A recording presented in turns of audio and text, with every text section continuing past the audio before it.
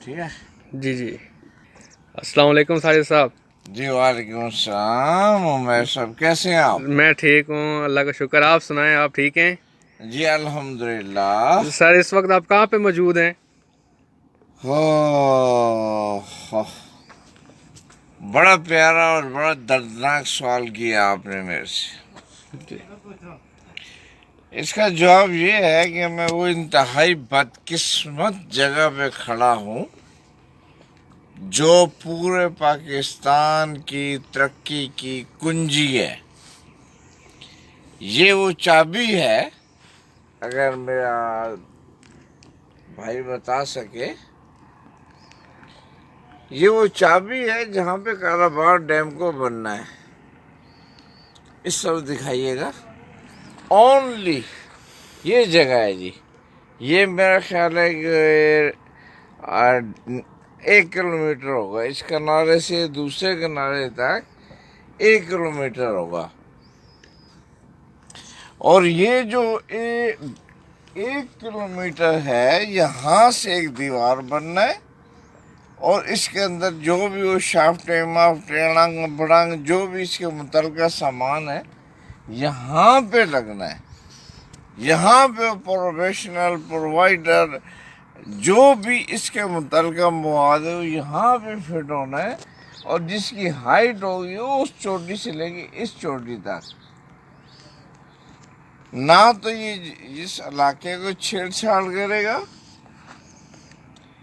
اور نہ ہی نوشیرہ ڈوبے گا. کب میں فالو میں نہ ہی نوشیرہ ڈوبتا ہے. اگر کسی کا گھر جائے تو میرے گھر پہ قبضہ کر لو. اگر کسی کی شاپ جاتی ہے تو میری شاپ پہ قبضہ کر لو. الحمدللہ ہم کالاباغ کے لوگ, ہم کالاباغ کے لوگ, ہم کالاباغ کے لوگ, پورے کالاباغ کی قسم دیتا ہوں آپ کا, کسی کا ایک اینٹ بھی نقصان ہوئی کالاباغ سے آگے اکھیڑ کے لے جائیں آپ.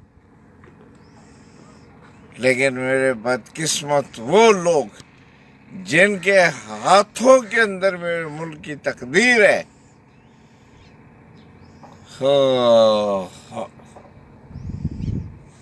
دیکھیے کتنا خوبصورت جگہ ہے, کیسے لوگ آ رہے ہیں, کشتیاں. اللہ پاک ایک خوبصورت ترین نظارہ ہے یہ. سامنے پہاڑ دیکھیے گا جہاں سے دکھایا جا رہا ہے, یہ نمک کے بھرے ہوئے پہاڑ ہے. قیمتی نمک, قدرتی نمک, نیچرل سالٹ.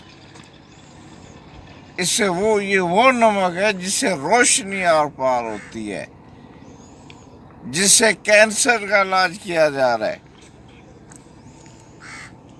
دمے کا علاج کیا جا رہا ہے, مختلف بیماریوں کا. لاکھوں منوں ٹن دوسرے ملک ہم بھیج رہے ہیں. کیا یہاں سرچ لیبارٹری نہیں لگ سکتی؟ کیا میرے ملک کے اندر اس سے فائدہ نہیں اٹھایا جا سکتا؟ کیا یہاں سے بجلی بن کے پورے ملک کو اندر سپلائی ہو اور ملک ترقی نہیں کر سکتا؟ یہ میرے بھتیجا جو اس میں مووی بنا رہے ہیں عمیر, یہ اس ٹائم رو رہا ہے. کاش میں اس کے آنسو دکھا سکوں آپ کو.